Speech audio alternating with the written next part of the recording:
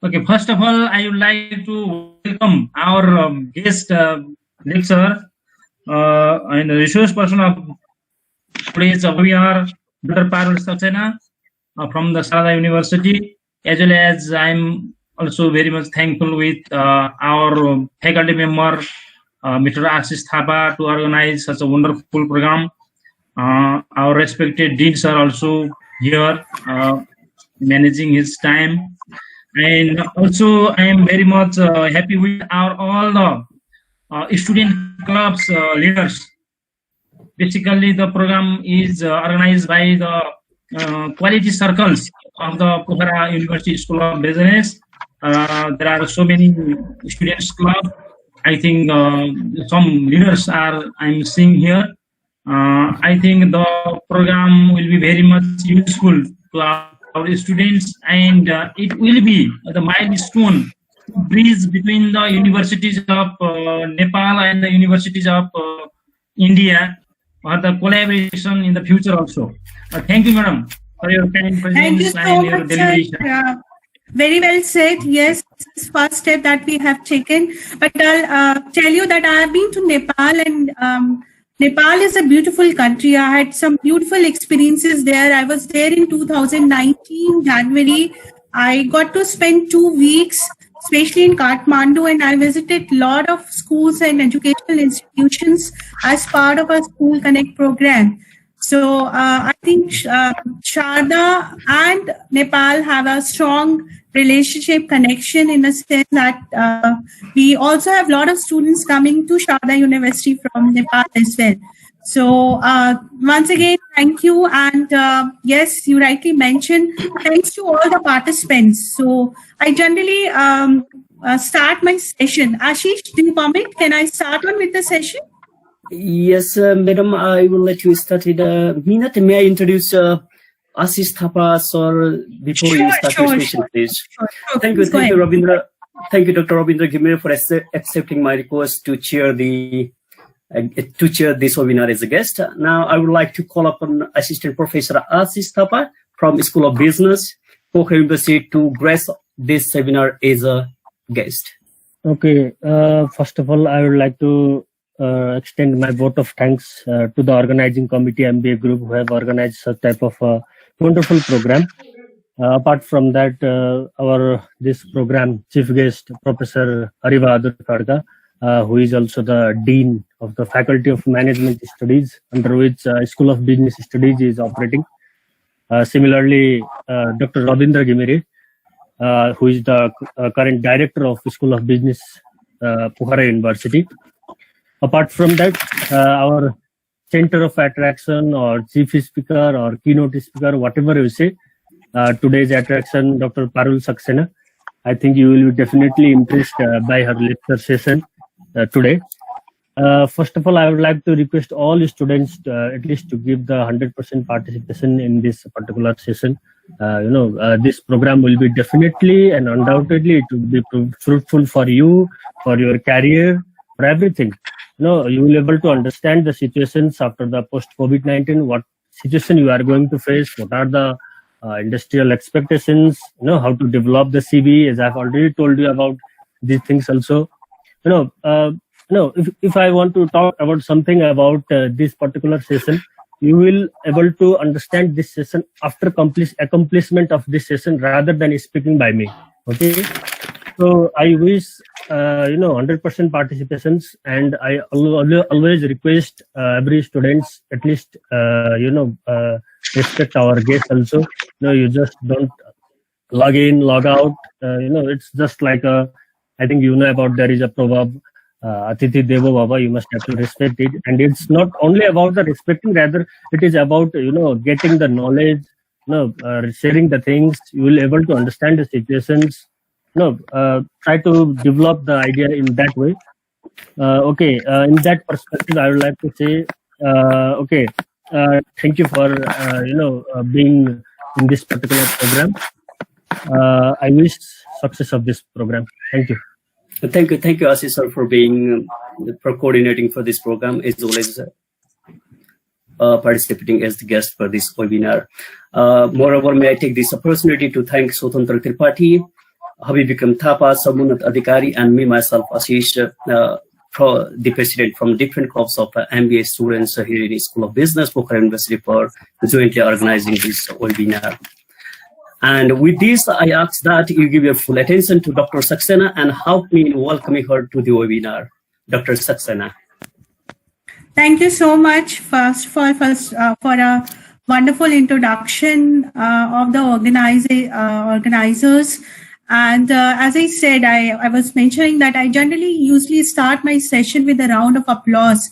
But since we all are interacting remotely, we are not present in a physical location.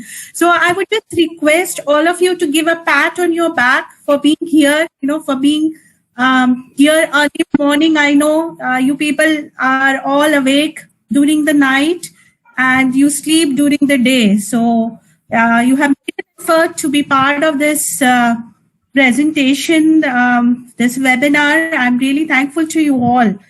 Because any program, as Dr. Ghimire also mentioned, is futile without the participation of the audience. So we'll follow certain rules. I'm going to start. I'll tell you how I have planned this session. I'm going to start with a short story, and then I'm going to make a presentation about the job skills. But I don't want it to be a monologue. Monologue in a sense, I don't want me to do all the time. I want it to be a very interactive session, right? So what I want that anytime you have a question, and we have a chat box on our right-hand side, you all are familiar with chatting. You can write in your question, and I'll request Mr. Dr. Ashish Aryal to keep a note of the questions. And then probably from time to time, we can take those questions, and towards the end also, we're going to have a deliberation as to what all we have learned, right? So on this note, first of all, namaskar, and I'll take the liberty to use Nepalese with you, a Nepali language, and please forgive me if I pronounce it wrong, but it goes like Bahadur Kasto Hunhunte. So that means how are you all doing? So I hope you all are safe and you're all healthy and you are following the guidelines put up by your government and your institute. And let's move on to the session. So I'm starting on with the screen sharing, and my presentation will be visible to you.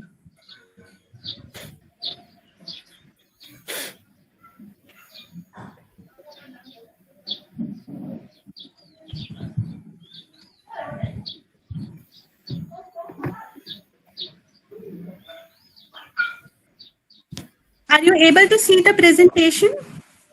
Yes, we're seeing it, ma'am. Okay. So let me put it.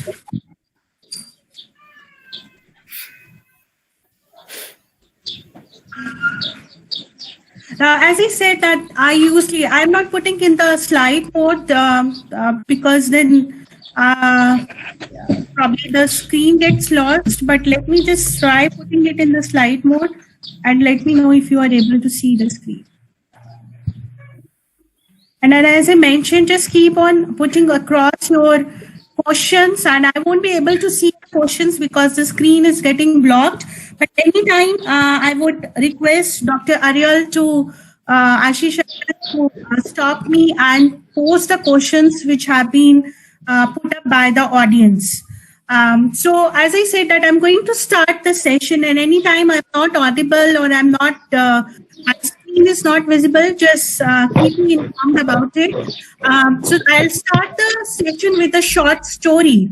The story goes like this, that there was a bunch of farmers. India, Nepal are all agri-based countries, and we are very well aware of the farmers. And as we know that farmers depend on the rainfall for the harvest.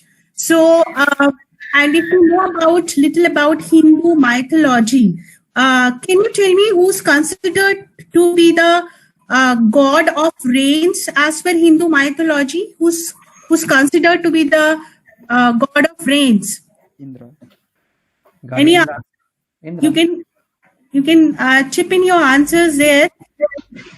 Which god is considered to be the god of rains as per Hindu mythology? Indra, yes. So Lord Indra is considered to be the Lord of rains, and he's also considered to be the king of all lords. Everyone follows his instructions and his orders.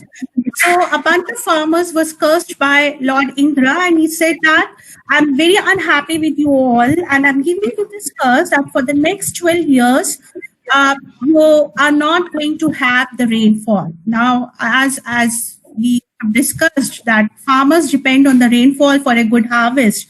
So all the farmers were petrified. They were terrified that what will happen for next 12 years, how are we going to survive? So they go to Lord Indra and they pray to him, Lord, please don't, it's a very, very terrific curse. Don't give us this curse. And we pray to you that please, we are not going to survive without the rain. If you could do anything, we are ready to do anything, any penance to get the rain. So, as you all must be aware, Lord Indra is considered to be very manipulative. So he plays along, he likes to play along with people and, people's emotions and see how far they can go.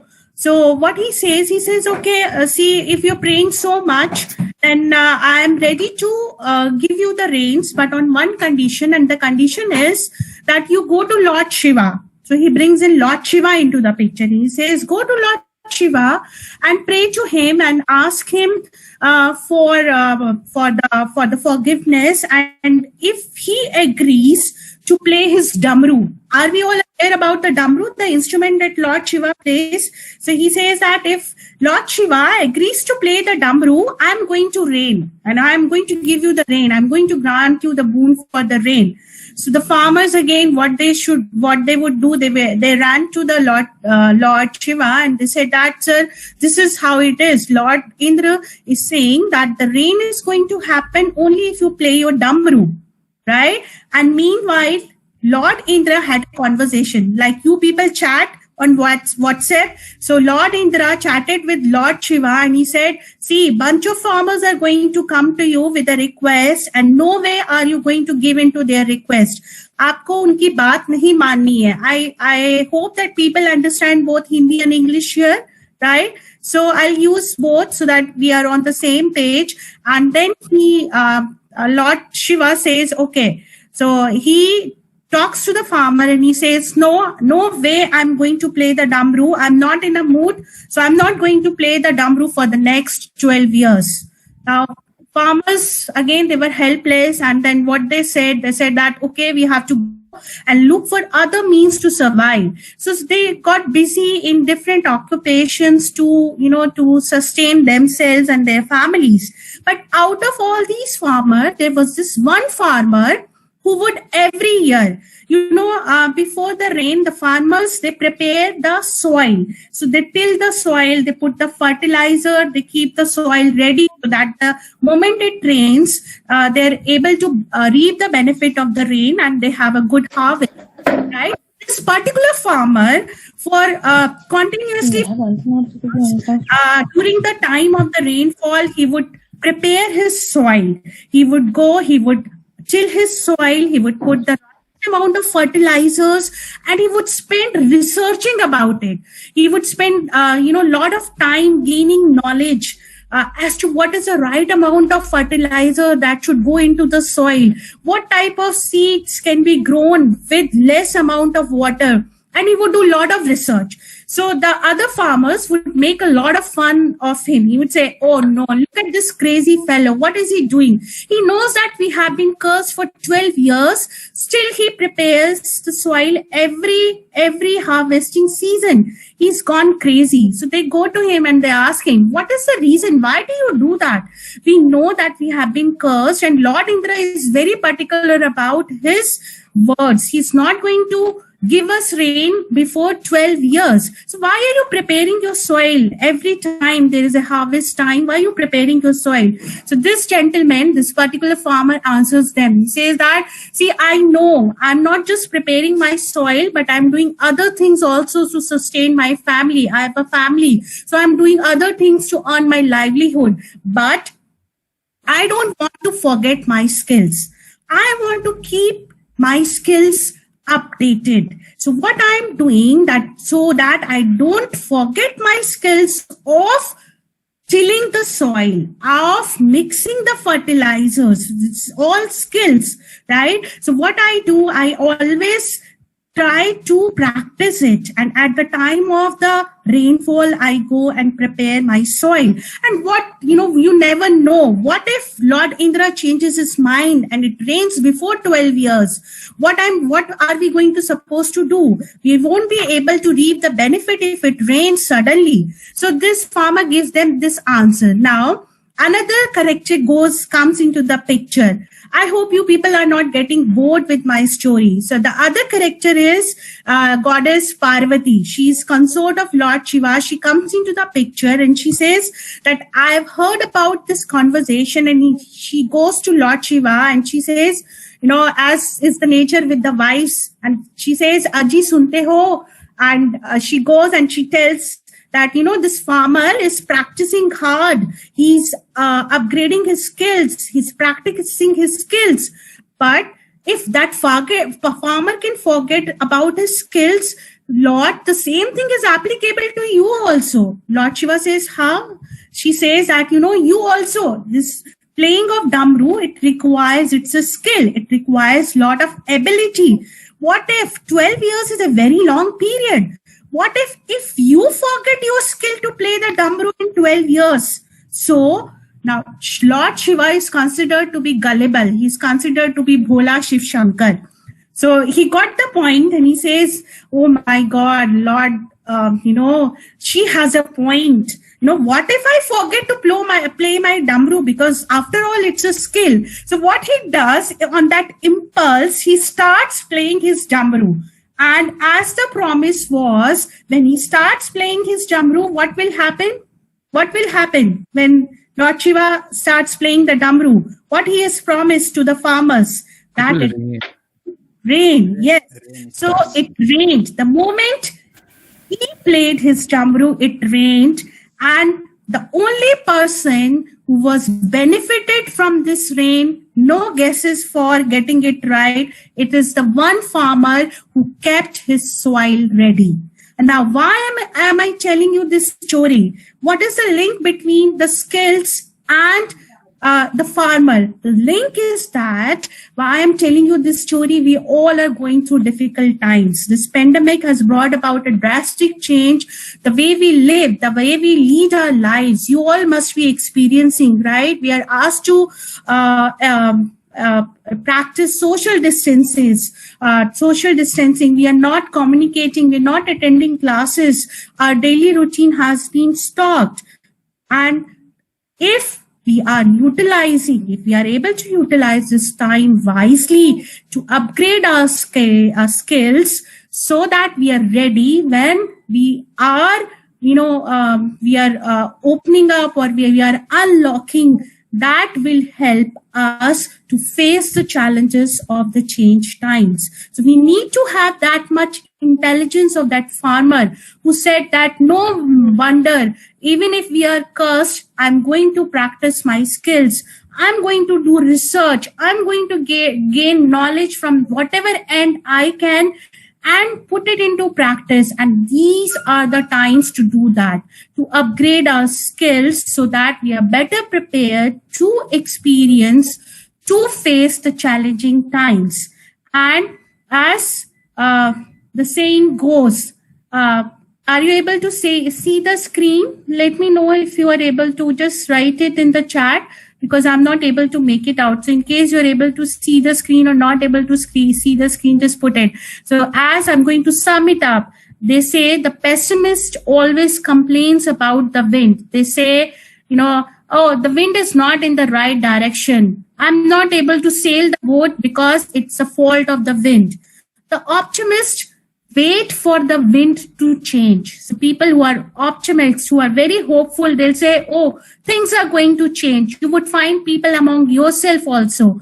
People must be telling, oh, this is all for a short time, and people are soon going to forget what happened. People have short memory, and things are going to change, and we are going to experience the normalcy of life again. But the person who's the realist, who lives in the present, he always adjusts the sails to the direction of the wind. So that is what we are going to do. We are going to, I'm not saying that, just attending a webinar of say 40 minutes or 60 minutes, you're going to bring about a drastic change in your life. Not possible. You all also understand, and I also understand, but I'm going to give you certain pointers, certain directions on which you people are going to work to adjust your sails so that you go in the direction, you sail in the direction of the wind, and the sailing becomes smooth.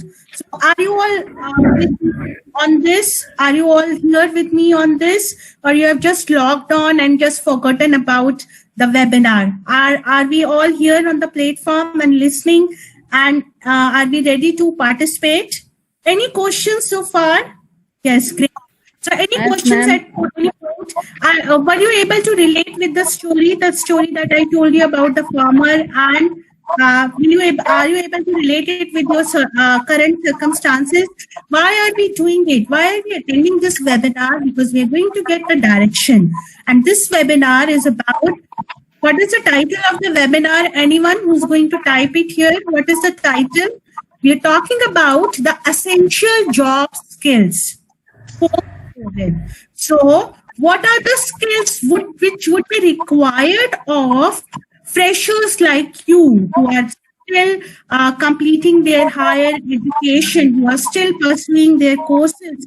What are the industry expectations? Because again, we have to define a new normal. Things have drastically changed. You must be observing yourself only. So now I'll open the house for discussion. And once again, I am going to thank the organizers for giving me this opportunity. And I'm going to open the house for discussion. And I'm going to put certain questions to you. Okay? And what you can do, you can either type in if you're comfortable. And Ashish, is it okay if I ask them to unmute themselves and giving their feedback? Is it okay? Yes, ma'am. Yes, ma'am, it's okay to let them meet there. Yeah, put in certain questions, but I request all other participants to kindly mute themselves because it creates a lot of echoing.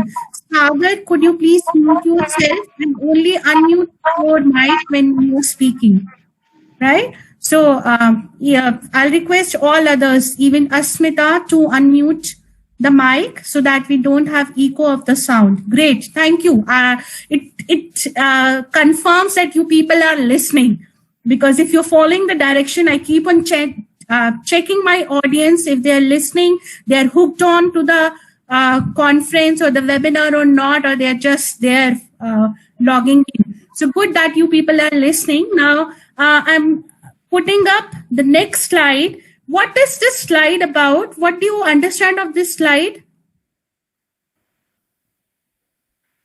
What you can make out of this slide, the slide which is shown. What is this slide about? Anyone who would like to talk about it? Maybe Asmita or say Samjana or Ritesh. What is visible there in the slide? Cup of coffee. Yes, great, Lakshmi. So what is this cup of coffee? What is it about? Filling the cup. Great. That is what I was looking for. So you see a cup full of coffee, right? Now, if I try to pour some more coffee into that cup, what would happen? What would happen if we try to put some more coffee into that cup? It will spill off. The coffee overflows. Great. Yes. So keep on giving yourself a round of, a pat on the back. Appreciate yourself for interacting and for giving in the answers. I really appreciate all this interaction. So yes, the coffee would start spilling off. The cup will overflow with the coffee and it will spill off on the floor, right? And this is what happens in teaching learning also. You all, as an audience, as students, as participants, have come up with preconceived notions. So you have notions, you have expectations, webinar attend karenge, so this will happen. The moment we will attend the webinar and we'll be equipped with the essential skills. So what I want you to do, I'm giving you certain questions, and those questions are, first of all, you have to tell me and note down the questions, and I would ask your responses in again 30 seconds. The first question is how this pandemic has affected your life. And when I'm talking about your life, I'm talking about both the professional and the personal life. Okay. So how this pandemic has affected your life in professional and in personal manner. Second, how do you see the changes in terms of the workplace? So in terms of the organizations, in terms of the institutions, in terms of the market, job market, how do you foresee the change?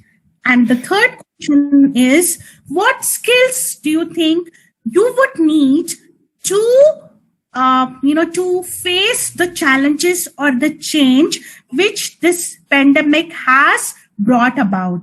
So 3 questions. I'm repeating my first question, how this pandemic has affected you in professional and in personal life.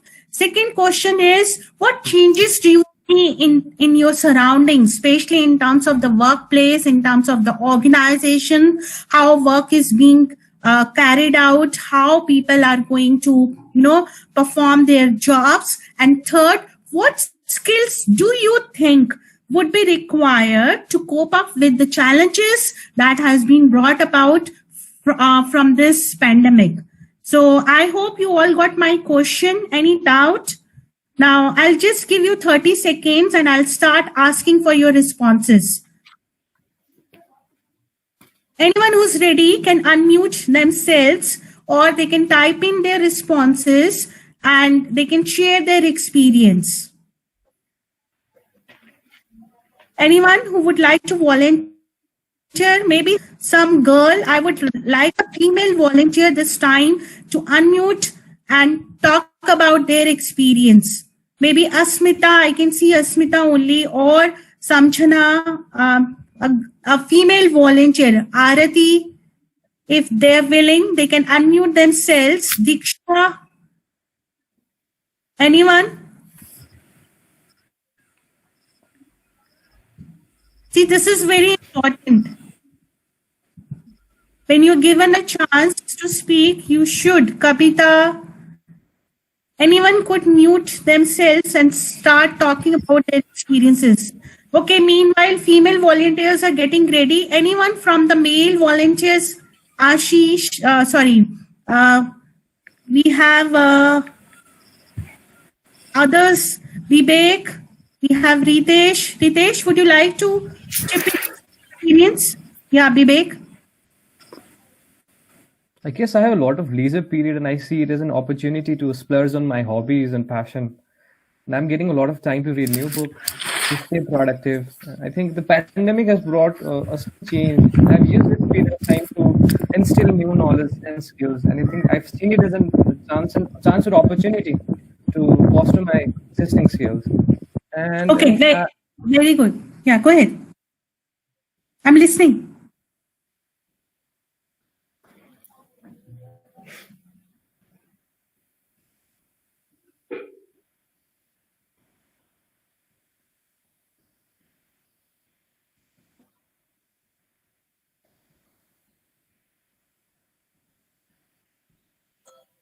Anyone else?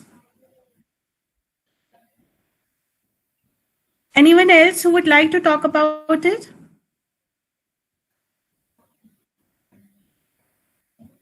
Vivek, maybe? Vivek, you were saying something?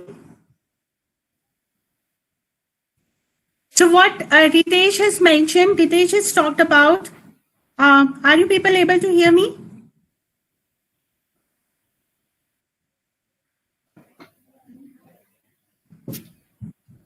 Hello?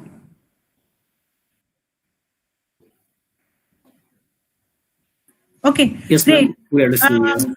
Okay, fine. So Ritesh has mentioned experiences, and he said that I was able to, pursue my passion, spend time. He used a very nice word. He said I was able to splurge time on my passions, and I was able to upgrade in terms of the skills and the knowledge. So the positivity that he was able to extract from all this gloomy situation. Very good, Ritesh. Good input. But I would like someone to throw some light as to what changes they see in terms of the workplaces. What changes are going to take place? Can you give me some inputs? How do you see, the things that how we work, how we perform our jobs is going to change? Are you able to visualize any changes in that respect? And what skills do you think would be required to cope up with the changes?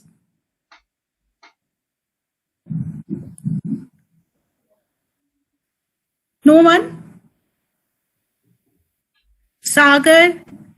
Vivek, you were saying something. Would you like to talk about it? Or shall we move on? You're not interested in speaking? Yeah, sure. In terms of these changes in the workplace, I think few digital transformations like all the internet things and the virtuality has been promoted, and this has bring a lot of changes. This is going to be a lot of changes in our workplace, I think. Yes, very good. So again, a very correct vocabulary. I'm looking for the correct words, and I'm glad that you people are using the correct vocabulary. The word that Diksha has mentioned, she said that virtual. We are going to have virtual workplaces. How we are interacting? You people are sitting in Nepal, I'm sitting all the way in India, and we are interacting using the virtual mode. And this is how the organizations are molding themselves. People are experiencing social distancing. They are experiencing quarantine, and how they're going to get the job done. And this is what we have taken up to. We have taken up to various platforms. You must have noticed, if you have taken up any classes during the pandemic period, the classes were held online, in the synchronous mode or the asynchronous mode. Your faculty must be using Google Classrooms, or maybe Go for Meeting, or maybe Google Meet as we are here, or maybe Zoom Meets to conduct the classes, right? So we have gone from the real to the virtual workplaces, and that is applicable to the organizations also. How the work is being carried out. People are working remotely, sitting back at home. Yes, so that is the change. Now, what skills do we require to cope or to meet the demands of the challenging time as people who are going to be there in the job market, maybe 3 months down the line, or 6 months down the line, or 1 year down the line, right? So if you're not able to visualize this change and to upgrade our skills in the right direction, we will be like all those farmers who didn't keep the soil ready for the rain, right? Do we want to become those farmers, or we want to become one of those farmers who toiled hard and who utilized the time of the adversity to upgrade the skills, so that when the situation changes, and you never know when the situation is going to change. We are living in a VUCA world. VUCA is, we are living in a very volatile world. Uncertainty is there. The ambiguity is there, and the complexness is there, right? So how are we going to cope up with all those changes until and unless we know what skills are required? So with this, I'm going to move on. I just wanted to, as I said, that if the cup is already overflowing, and if I try to put in my inputs, then it's not going to work. And that is the reason I gave you time to think about it, to ponder about it, and to come up with your experiences. So I'll just spend another 30 seconds. If any one of you is interested, you can give me your input as to how, what skills do you think would be required to code the changes. So I'm just giving you 30 seconds. Anyone who would like to talk about it, please don't shy and don't be afraid whether you're going to be right or wrong. We're just interacting so that we exchange our views. We know what is going on in your mind. You're able to take that off from your mind. So what skills do you think it would be required to change, to cope up with the changing times? Anyone? We need more technical knowledge. Kritana Subedi, wonderful. Yes. We need more, not just knowledge, Kritana. We need actually the skills. We need the maneuvering part where we are able to not only grasp the knowledge, we are able to put the knowledge into use. And that is why we are talking about skills. Any other input? A lot of technical knowledge is required. Wonderful input. Anyone else who would like to talk about it? One or two? Any other thing that you see or you have learned from the story? You know, what else would be required other than the technical skills? What do we need? Any other skills or quality that you think would be required to cope up with the changing times? Okay, so probably I'm going to talk about it. Flexibility and adaptation. Wonderful input. That is why I'm saying that I'm looking for keywords. Adaptability. Adaptability is what will be required. If you're rigid, you know, what happens if you're rigid? Take any of those rigid things. If they don't give in to the surroundings, they break, right? And they say more flexible it is, more adaptable a thing or an object or a person it is to the surroundings, the more chances of its survival or its sustainability. So we are looking for adaptability. Wonderful input, Diksha. So I'm going to talk about all these things in the coming slides, and I'm going to give you an overview how we are going to go around with this webinar. So as we have already started, we have done a warm-up activity. I wanted you to ignite your gray cells. I wanted you to be physically, not just physically present, but mentally present in this webinar. And that is the reason why I gave you this thought to present your opinion on it. Now, then we're going to move on and we're going to discuss a bit about what are these employability skills. We're talking about job skills or we are talking about essential employability skills. But how do we define them? We're going to define them in this slide. Then we're going to talk about what is the need and importance of it. Then we're going to talk about the essential employability skills and then just maybe 2 minutes on the key takeaways, what we have learned. I would request you to open up and talk about it, what you have learned. And then we're going to move on to the question and answer session. So this is how I have planned this webinar. This was just a warm-up activity that we were doing this so far, and we're going to move on to the actual topic, which is the employability skills or the job skills. Now, how do we define these employability skills? Basically, when we talk about employability, we talk in terms of the capability of an individual, ability of an individual to perform that task successfully, right? So we are talking about, like I asked you, what all specializations you have initially when I started on with the discussion.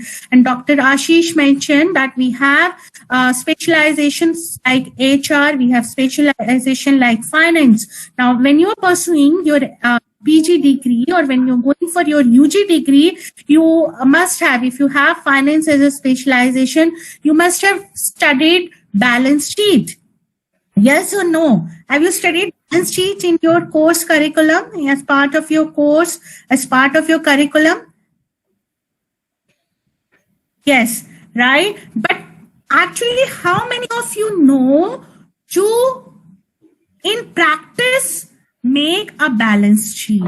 If I give you the details of an organization, how many of you, those who have just mentioned, and please, I'm just asking you so that we get a direction in what direction we need to work. I'm not asking you to, to pinpoint your weakness. I'm just asking you so that you get a direction. Oh, I've never thought about it. We have a balance sheet and then we have the credit and the debit and what goes into the credit side and what goes into the debit side.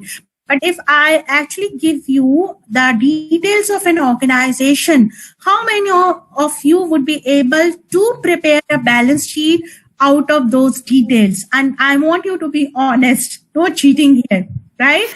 I want you to be honest and honestly answer me how many of you think you would be able to prepare a balance sheet out of the details. If I say I give you the asset side and the liability side, or just the details, and you have to sort out what will come in the asset sides, what will come in the balance, liability side, how much would be the balance, how much would be the profit. How would you actually, how many of you would be able to do it actually in practice? I need some responses. Yes or no? Whatever you feel like. Okay, how many of you are from HR background and you have studied recruitment and selection? I'm just giving you some thoughts, right? So first question was, how many of you actually be able to prepare a balance sheet? And now I'm coming to HR side. In HR, we all study recruitment and selection. How many of you actually there might be slight errors, but I think I can. Oh, I like the confidence, Kiran. Wonderful, good going. And thank you for being honest. Errors are all, we learn by our mistakes. So don't worry about the errors as long as you are able to perform the task. So in HR side, my question is, how many of you would be able to identify the source of a particular candidate? So suppose if I say we are looking for executives or management trainings in my organization. I'm giving you a hypothetical situation. I'm saying I have an organization. I'm looking for freshers, 20 freshers. Can you hire 20 freshers in a month? Practically, you all have studied sources of recruitment. You must have studied types of interview. You must have studied the selection techniques. But how many of you actually would be able to fetch in 20 freshers in a period of 30 days or in a period of 1 month? And why I'm asking you such questions, again, I want to give you the direction. That is what all is about employability skills. Employability skills is the ability or the competence to actually perform the task. It is not just about knowledge. I would say it consists of knowledge. So it always has a component of knowledge, but more than knowledge, it is the expertise level that you are able to bring in. As Kiran mentioned, I would be able to prepare a balance sheet, but some errors might be there. So again, we have that level of expertise where a person may be a novice or maybe an intermediate or maybe an expert, right? So here we are talking about those type of, when we talk about skills, we're talking about actually completing the task. And why are we talking about, as I mentioned, I'm going to give you some inputs, because employability skills enhance our employability. Now, I'll give you some data, which some of you might already be aware about it. When we talk about countries, South Asian countries like Nepal, or say India, or for say Sri Lanka or Bangladesh, we enjoy a demographic dividend. Demographic dividend is that in terms of the population, we as countries have the youngest population. We have that population which is considered to be productive. We have population which is in the age group of 18 to 34.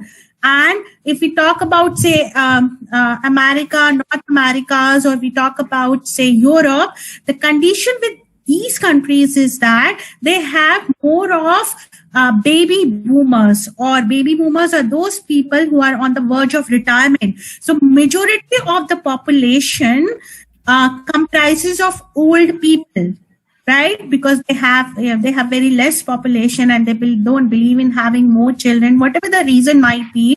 But in terms of the demographic dividend, countries like Nepal, countries like India, they enjoy more comfortable position. As I said, that most of these countries have an productive population. Now, the other side of the picture is that those have youngest population in terms of, in comparison to the globe or in comparison to the world, the level of the employability rate is very low in these countries. That is, if I quote the stats from India, we have every year, annually 8 lakh engineers who are graduating every year. And if I take the data from Nepal, from the ILO site, it mentioned that every year in Nepal, close to 4 lakh engineers are produced annually. But when we talk in terms, out of those 4 lakh engineers which are there in Nepal, and out of those 8 lakh engineers which are there in India, only 25% of those engineers are employable. Rest of them, 60 to 75% of the population which is graduating, they are not employable. Employability means first the capability to get employment, that is to get a job, and then the second component of employability is not just able to get a job but to sustain a job, that is to remain in a job. So even if those graduates are being hired by the company, they were not able to sustain the job for the long period. Reason being, they lack the expertise or they lack the skills to perform the job. So that is what we are talking about in terms of the employability skills. Why they are essential? As I said, we're going to throw some more light onto it. And as you have seen in the slide, it said it when we have good employability skills, then it helps us to enhance our personal and professional growth. It enhances our career. It helps us to adapt. As somebody mentioned, I think Diksha mentioned adaptation. So if we have those employability skills or the job skills, it flows in, or it induces a sense of adaptability. It induces a sense of fluidity into the professionals. They adapt to the change very fast. Now, as I said, that why are we discussing, as I've been sharing the data, and then again I have some more information on the Nepali economic front. I'll pose this question to you all because you're going to look for the job in another 3 months. What is the current employment rate? Any idea in your country? What is the employment rate in your country? Employment rate is how many people, percentage of people are able to get a job of the total population of the workforce. So say suppose 100 people are able to work, they have the required degree to get into a job. How many out of 100 are able to secure a job? So that is the employability rate. So what is the current employability rate of your country? Any idea? How many people out of 100 are employable? And you can unmute yourself or you can write in the chat. But I need quick responses so that we can move on with the session. I keep probing my audience. So what is the current employability rate? Anyone who would like to answer it on the mic or through the chat?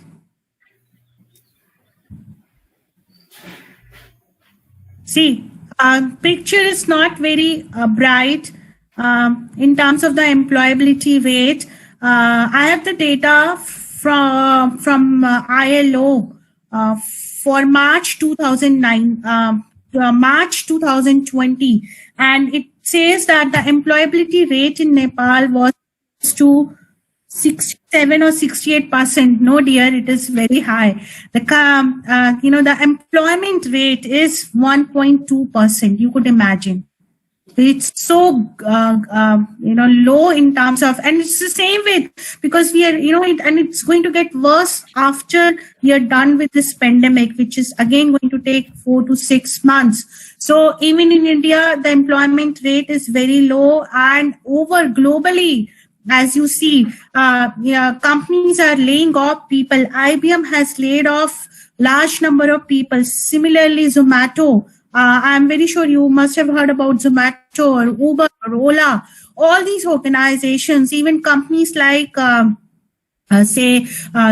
we talk about Google, which are very considered to be a growing or a learning organization, they are resorting to measures where they're going for salary cut, where they're asking people to go for a compressed week because they are facing the cash crunch. They don't have the money to pay off people. So we are we are sliding in terms of the employment rate. It's going to decrease even more so in the coming 3 months or 6 months.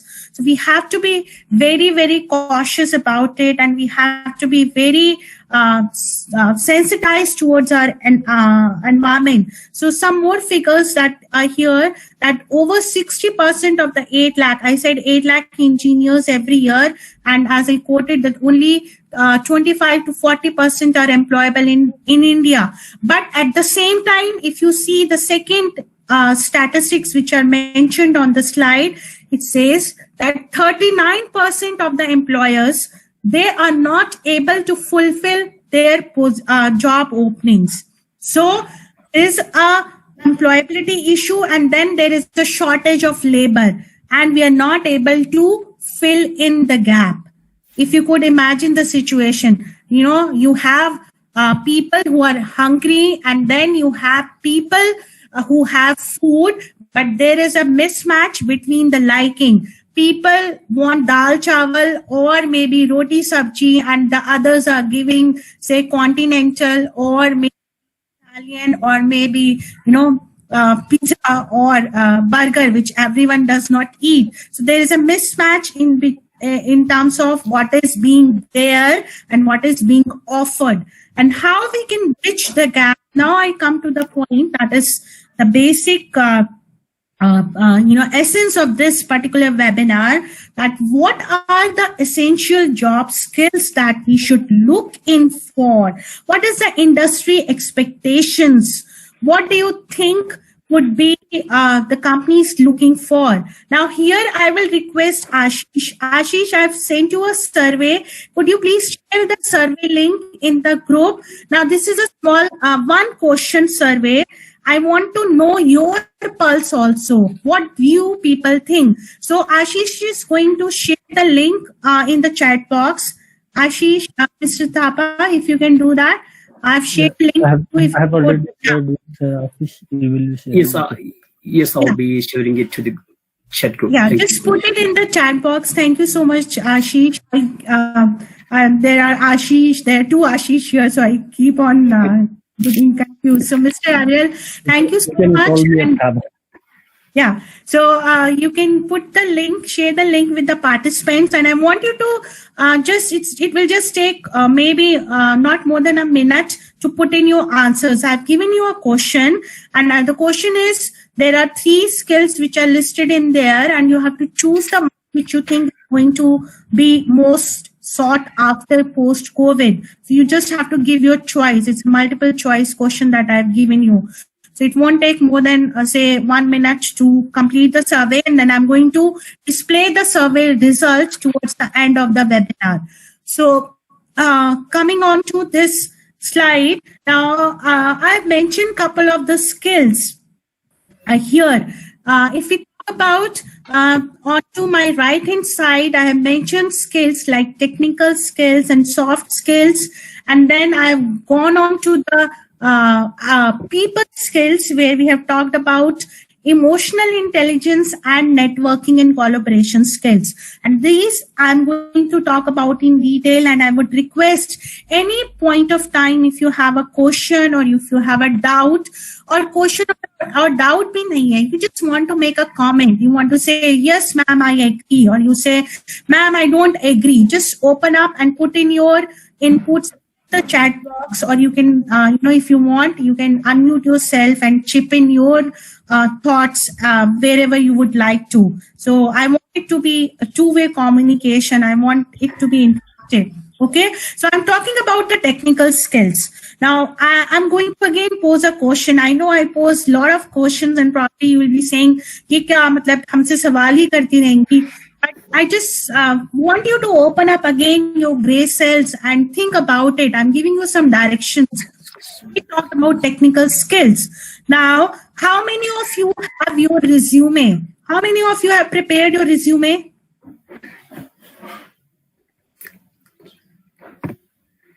You can keep on writing in the chat box. How many of you have your resume? I have. Okay. Kabita, Ritesh, Sushmita, almost, I think all of you who are looking, who are going to be in the job market, maybe 3 months down the line, they have their resume ready. Or those who must have been going for the training sessions, they have their resume ready. Now, how did you prepare your resume? If I ask Kabita, in what mode have you prepared your resume? Is it the paper mode? You have it in the paper, on the paper, or you have used any of the softwares, maybe MS Word? How did you prepare your resume? In what format?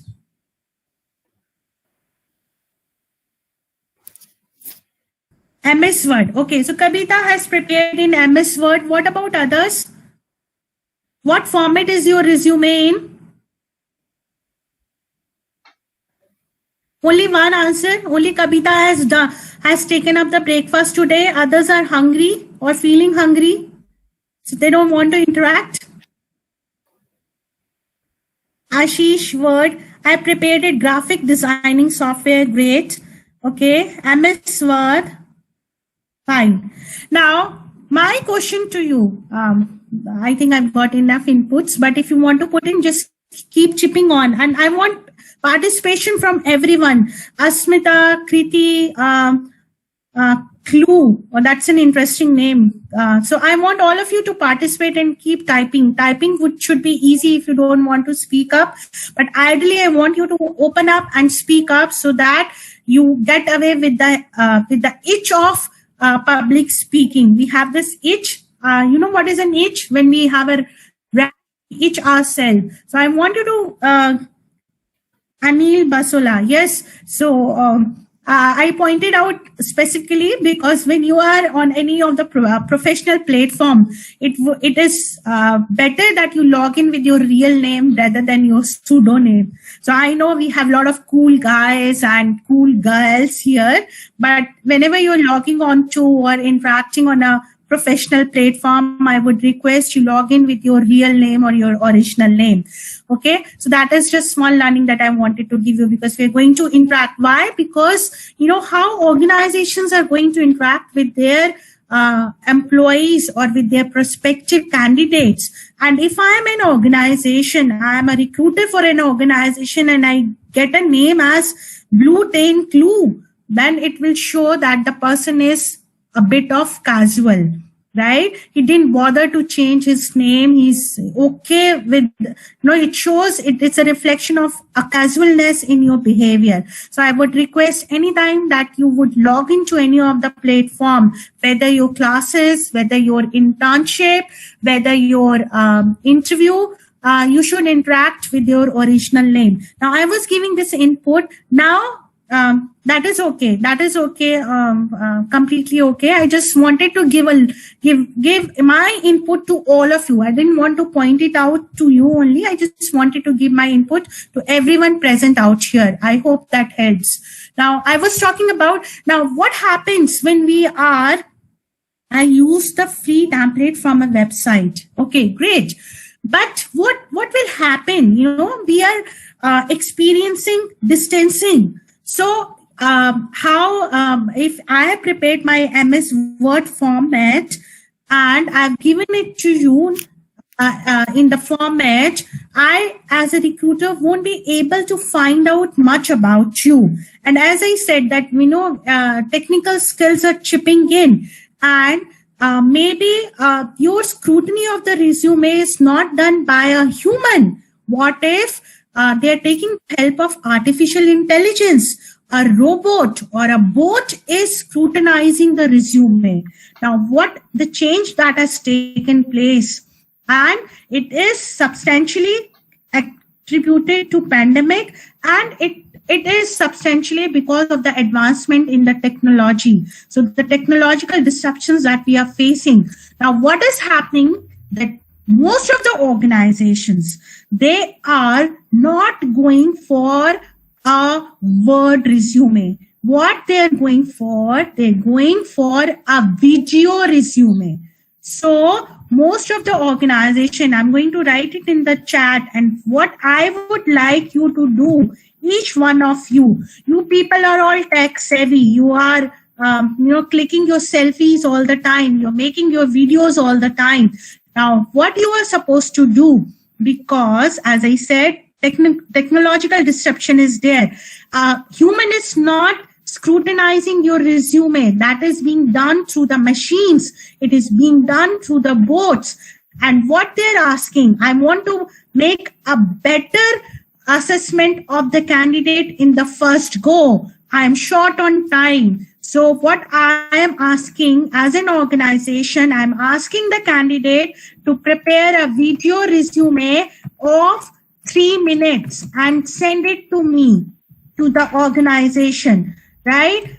And then I'll get it assessed by the robots whether the candidate is suitable or not for the position. So,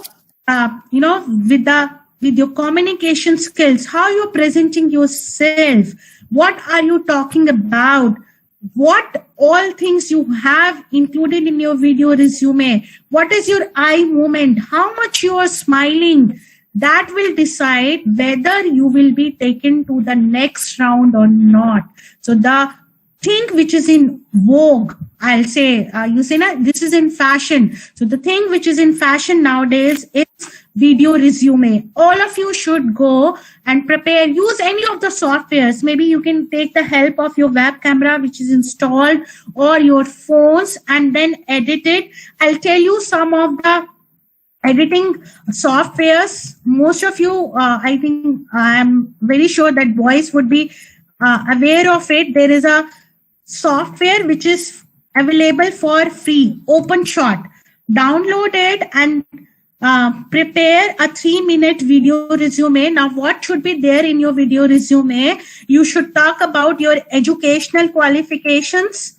That is, from there you have done your UG if you are a PG student, or your schooling if you are a UG student, right? So you're going to mention your educational qualifications, and obviously you're going to start with your name, that I am so-and-so, I'm Dr. Parul Saxena, and I have total 18 years of industry experience. Out of 18 years, I've spent 10 years into academics and 8 years into industry. So start with such liners, which gives a brief introduction about yourself, but don't include your family into it. Okay, so my advice is, for now, you can keep your family aside when you're preparing a video resume. Just include your educational qualifications or your professional qualifications. So if you're pursuing your MBA, which year you're going to pass out, what is your CGPA, then include your career objective, right? So my career objective is that I want to, get an expertise as an acclaimed trainer. I want to portray myself as an acclaimed trainer. I want to impart training to people on various professional aspects. So this is my objective. You can have your own objective, that I want to work for for any organization in the field of marketing, or I want to excel in the field of human resources, giving my people skills and the knowledge that I have gained through my education. So you can have one line career objective for yourself and include your hobbies. Very important, because organizations, recruiters are interested in knowing how do you spend your free time. So include your free time passion, as somebody mentioned, that I splurge my time on the passion that I have. So use that vocabulary, take inputs from your colleagues, get it checked by your faculty. Maybe you can give it to your faculty members, your mentors who are there as faculty, your resource person, and see, sir, just give me input, or just exchange it among yourself after you're done with the video and editing part, and keep it ready, because most of the organizations are going to call for a video resume down the line. So this is one aspect of the technical skills. Another is we need to be very, very conscious about analytics. Now, how we can get the knowledge about analytics? So just having plain vanilla knowledge about human resources is not going to enhance my job skills. Everyone knows the theoretical part. We know what are the sources of recruitment. We know what are the steps involved in the selection. What is very important is the analytics part. Now, I'm going to explain it by giving you an example from the HR specialization, and probably maybe from the finance if you would like. But any point of time, if you have any question, just put it in the chat. I hope whatever I'm telling you is making sense to you. Is it? Are we on the same page? Yes or no? Are you able to relate with what I'm talking about? Okay, great. So we'll continue, and we have talked about, I keep on repeating so that it gets into your mind. I've talked about video resume. That is an essential aspect. Now I'm talking about the analytics part. That is one of the essential skills. Now, what do you mean by analytics? Again, anyone would like to answer it for me? And then I'm going to explain with the help of an example. So what do you mean by analytics? What do you understand by analytics? Any specialization that you're coming from, if you would like to explain what do you mean by analytics? How we imbibe analytics into a practical life? Anyone?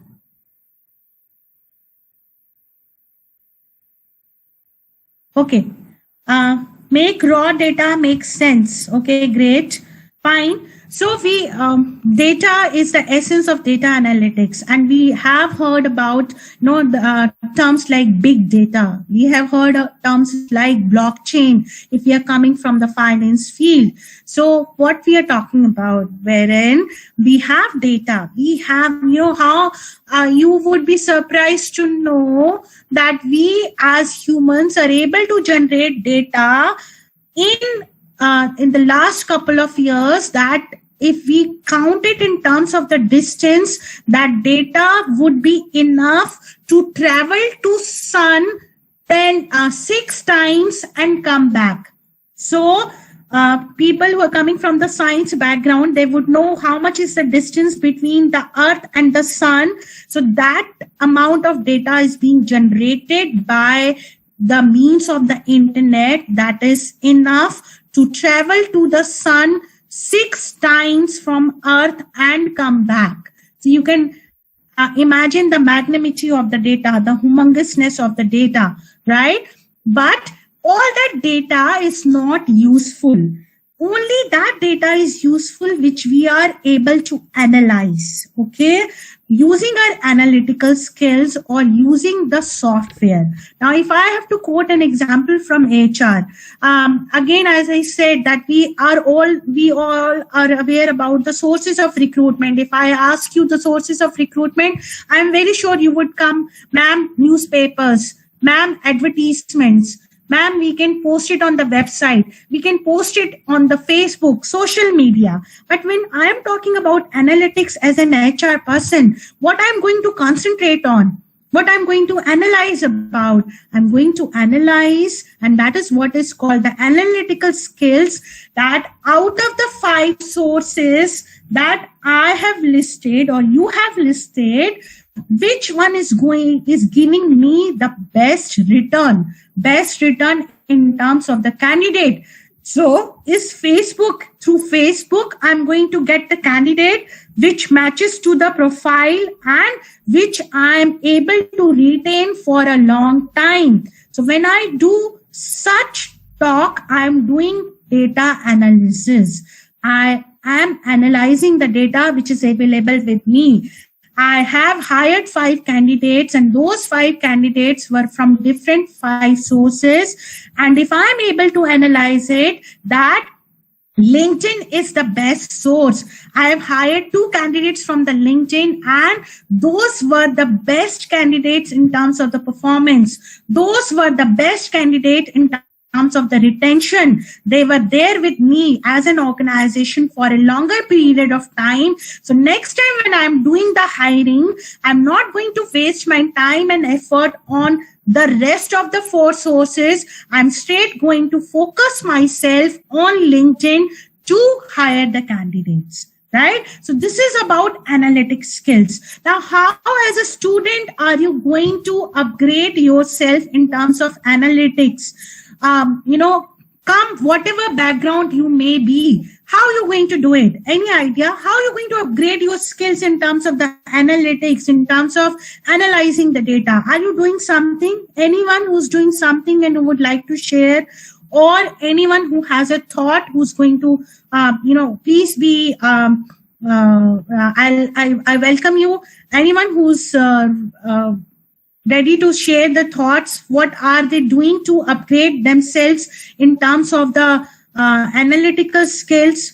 Have they taken any step that they have taken during the 3 months that we have witnessed a lockdown? Any effort that has been made? Please be open. I'm asking you. So I might not be visible to you physically, in a sense we are not close by, but I hope you are able to. Free online courses on platform like Coursera. I think I should give a round of applause to Ritesh, Thapa. Wonderful input. So this is the time that you people should utilize. I have listed useful resources in my presentation, which I'm going to share with Mr. Thapa, and probably he's going to share it with you all. So I've listed a couple of websites. Coursera is one of them, but you have many websites. Udemy is another one. I don't know how many of you have used Udemy. On this website, you have courses available as low as INR 450 rupees. And there you will be able to choose a course which is specifically on analytics and upgrade your skills. Do that. Make it a point. Those are very short duration courses, not more than say 8 hours or not more than 16 hours, which you can complete at your own pace. So Udemy is one of them. Then I'm going to share with you a couple of websites. So you go to WWPCS free skill upgrade. It's an app. This is the app which is made by the PricewaterhouseCoopers, and they have it's a fitness app. They say skill fitness app, PCS skill fitness app, and you can download that app to know how fit you are in terms of the skills which are required post-pandemic. So I would request all of you, it's mentioned in my presentation, the website name, the app's name. Download it and check, like you check your health fitness, how fit I am in terms of the BMI. This app will let you check how fit you are in terms of the employability skills. Another input that I'm going to give you is that all of you are free right now. So when I come to communication skills, I'm going to share another resource which you can utilize to upgrade yourself. So this is in terms of the technical skills.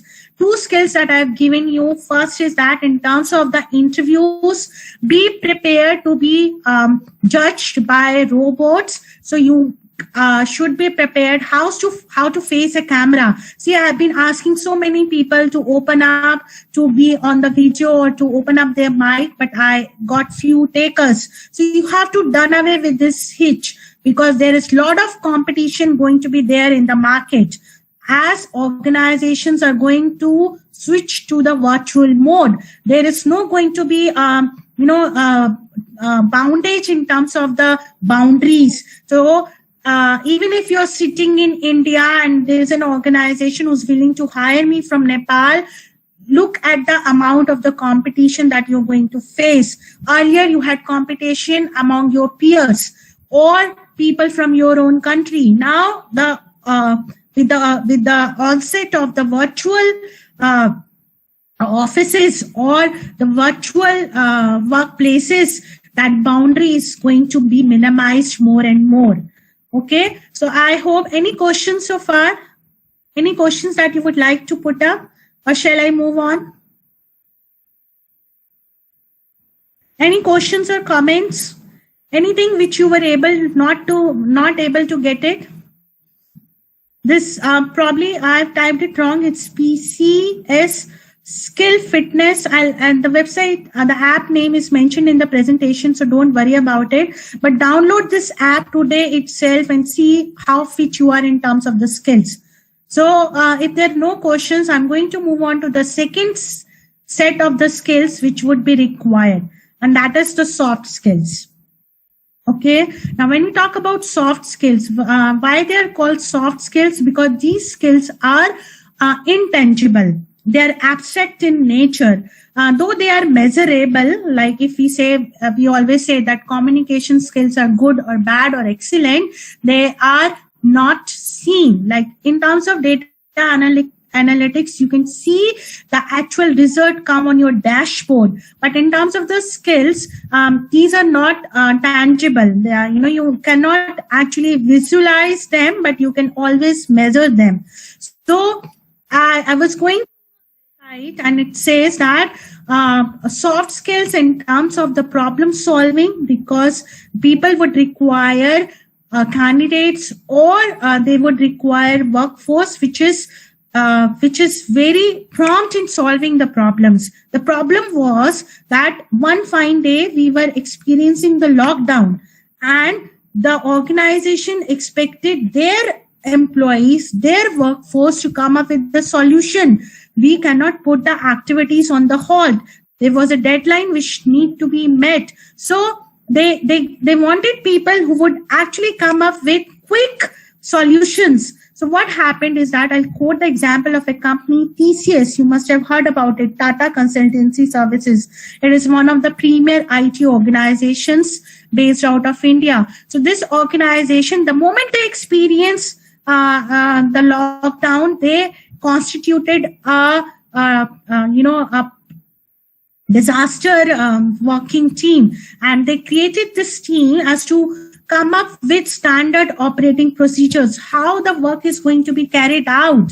So they came up with the pointers, they came up with certain standard operating procedures which helped this organization to overcome the lockdown period. So the people who are very good in, not only in terms of leadership, but people who are very good team players, they would be required, because again, we will be working virtually. We won't be able to see the people, interact with the people in terms of social distancing. So we need people who have good communication skills. Now, when we're talking about communication skills, we're not talking in terms of the fluency of the language. We're talking more about in terms of expressing your thoughts, your opinions. So don't worry about whether you're going to be right or you're going to be wrong, as long as you are able to express yourself that this is what would be required. This is my opinion. This is what I think about. Organizations, industry is going to value people who are going to share their opinion, who are going to be expressive about their opinion and their thoughts. They are not going to, be welcoming about people who are not very prompt in responding, who have a laid back attitude, who procrastinate, who say आज नहीं, okay, आज नहीं होगा, कल हो जाएगा, कल नहीं होगा, परसों हो जाएगा, one fine day we'll be able to complete the task. No, organizations are saying no to such people, because these all are part of the soft skills. They need a go-getter. So the moment a question is posed and you're able to answer it, I need those type of people in my organization. I need people who are prompt. I need people who respond to the environment, who are reactive to the environment, who interact with the environment. So all this is required in terms of the soft skills. Now I move on to the left topmost corner, and I've listed the skill called emotional intelligence. Anyone who's aware about what is emotional intelligence and who would like to again unmute himself or herself and talk about it. First of all, are you aware of this phenomena of emotional intelligence and what do you understand by it? I pose two questions again. So what do you understand about emotional intelligence? If you know, then how many of you are aware about emotional intelligence as a skill? Just write yes or no. The ability to imagine. No. Okay, great, Ritesh. Yes. Ability to control emotions in professional, like fear, anger, self and social awareness. Oh, I'm quite glad that you people are aware about it. Yes, social awareness, self-awareness, self-management, and relationship management. All these are components of emotional intelligence. And as Ritesh has mentioned it very correctly, emotional intelligence is about managing emotions. So I'll go back to the story which I quoted initially, and if you remember that one particular farmer has that emotional intelligence, all other farmers were disheartened. They were actually they were absorbed in the grief that they were cursed, and they stopped thinking. But only one farmer who had that intelligence to manage emotions, manage fear, manage anger, manage frustration. He was able to think beyond the blurredness, that the picture, the cloudy picture, and he was able to visualize that one fine day things are going to be normal and it is going to rain. He has that belief, he has that perseverance. So individuals who are high on perseverance, who are able to manage their emotions, who are aware about their self. So when I'm talking about self-awareness, I'm talking about your SWOT analysis. I'm very sure that you must have heard about this term. I want all of you again to take a moment today or maybe tomorrow and do your own SWOT analysis. What are my strengths? What are my weaknesses? What are the opportunities available to me? As again, I will recall the response that I got from, I think, Ritesh and from other student. They mentioned that I utilize this time to upgrade my skills. So what I'm doing, I'm cashing on the opportunity. Regular classes are not being scheduled and I have ample of time in my hand, but I'm going to use that time wisely. I have that intelligence to use that time wisely, and I'm going to upgrade myself and utilize this opportunity to upgrade my skills, my knowledge, by using various free platforms available. Or, maybe doing search on Google, or maybe interacting with people.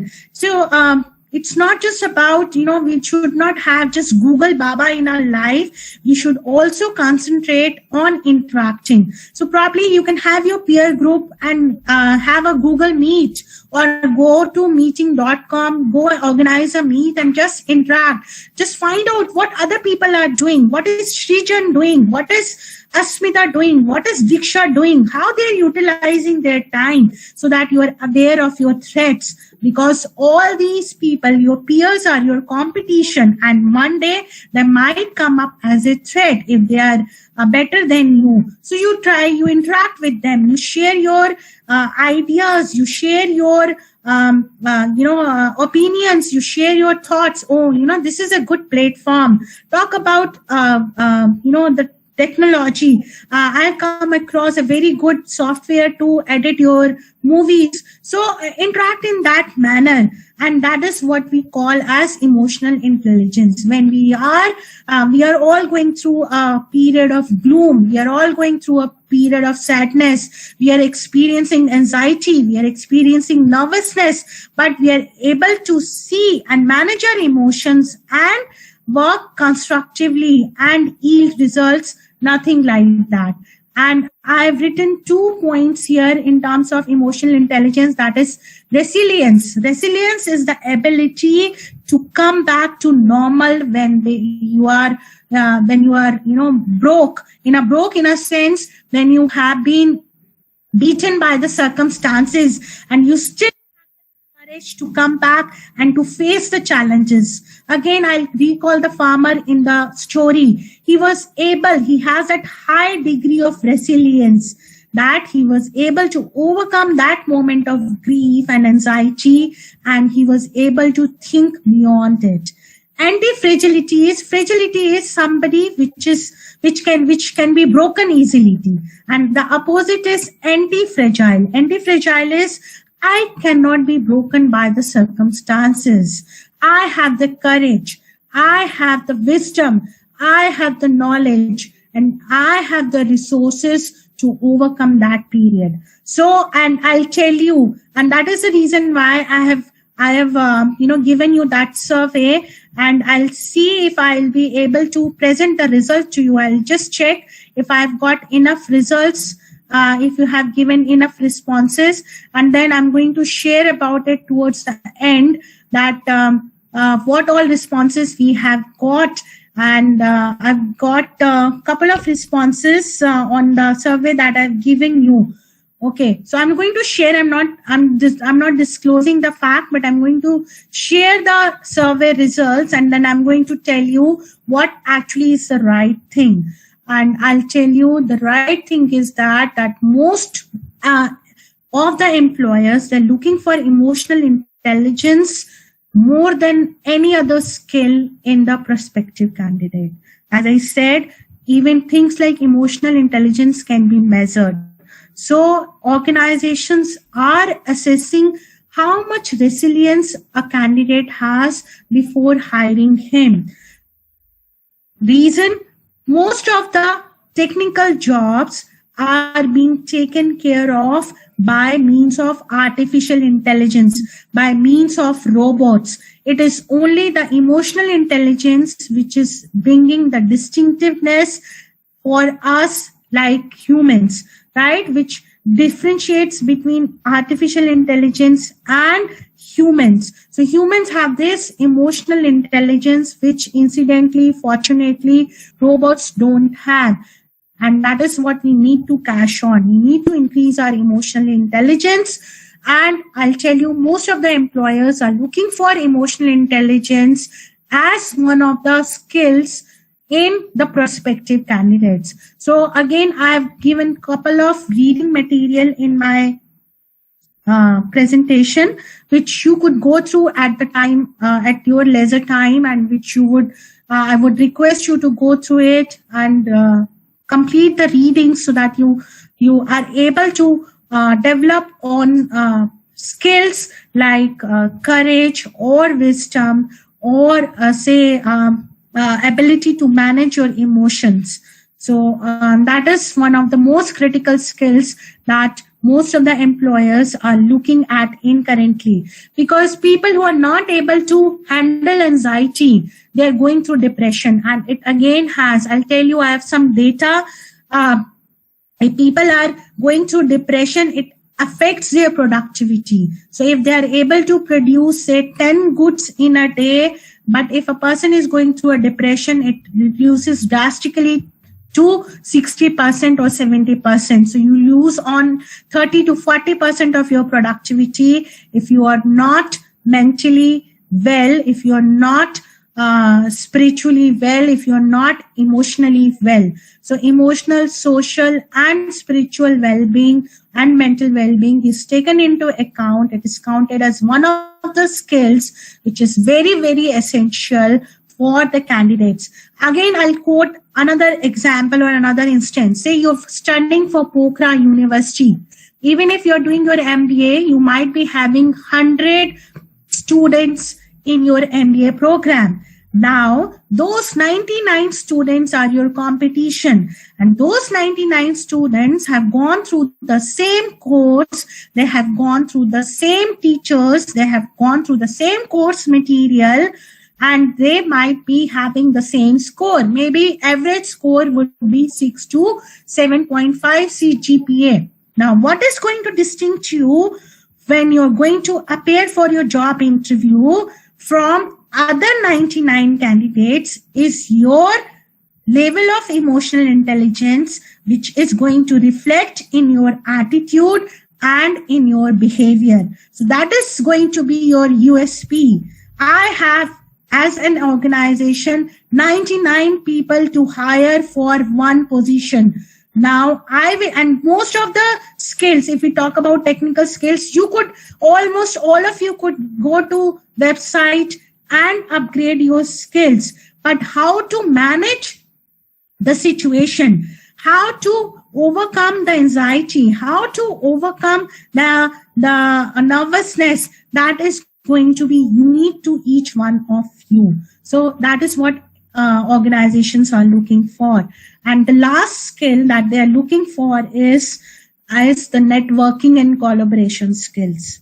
Now, this is the time to collaborate, and that is why I'm very glad that we have taken first step, initiated that step in terms of collaboration, right? So we are here collaborating, Indian university and a Nepali university collaborating on Google platform for teaching learning, right? So this is the time to collaborate. Reach out. It's going to be so easy. As I said, there is no physical boundaries left. We have become, the world has shrunk. We said it was a global village. Even in terms of the global village, we have shrunk in many inches because we are able to connect with each other virtually. We are having platforms. We have explored. We have used platforms which are bringing people closer. So I'll request all of you to please, I know you all, how many of you have your account on Facebook and Twitter? Just mention it here. How many of you are having your account on Facebook and Twitter? I'm very sure 100%. If we have 40 people here, then I think 40 out of 40 would be having their account. So I'm very sure. Yes, see the responses that I'm getting.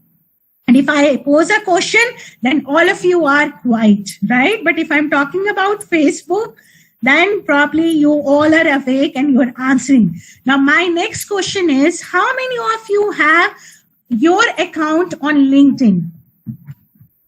How many of you have your account on LinkedIn?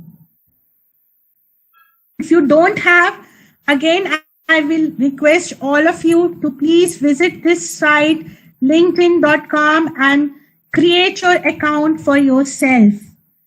Yes. So, Nabi, good thought.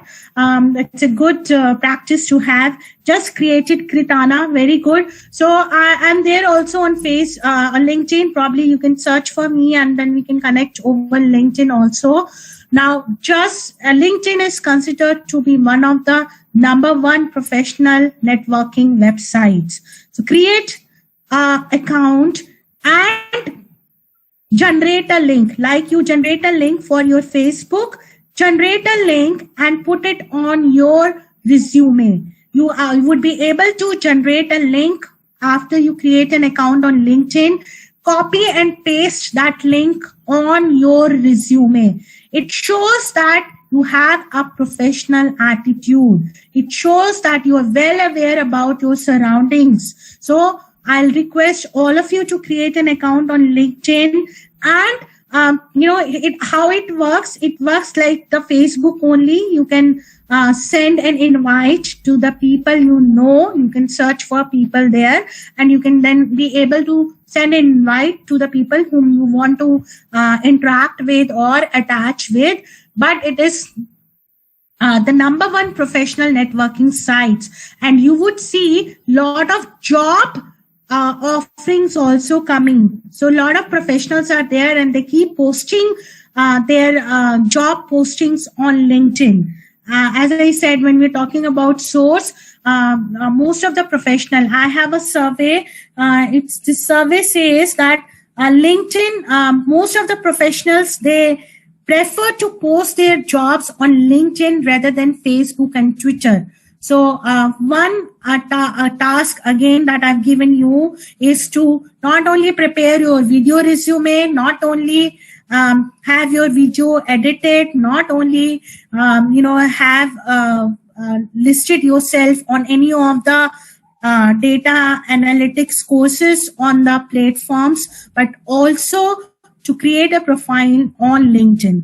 Another way to collaborate is, I'm very sure that many other batches must have passed previously. So I would request your coordinators also, we have director sir with us.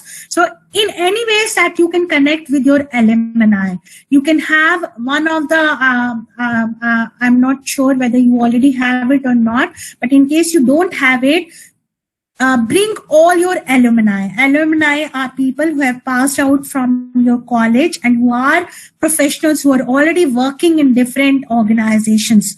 Connect with them, bring them on one platform, maybe on your website, or any ways that you can connect with them.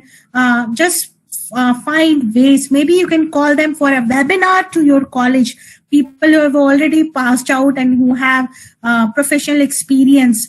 So build your networks. That is going to help you in the long run. Because again, I said that as we are experiencing social distancing, we might not be able to interact physically. We might not be able to go attend a meeting or a conference physically, but using all these social media networks like Facebook, like Twitter, or having an alumni portal in your college website, or linking with your alumni over LinkedIn is going to help you in long term, because that's how people are going to recognize your branding. As organizations have branding and an image, even an individual or a job prospect also has an image. So if I am looking for a candidate and I come across Ritesh Thapa,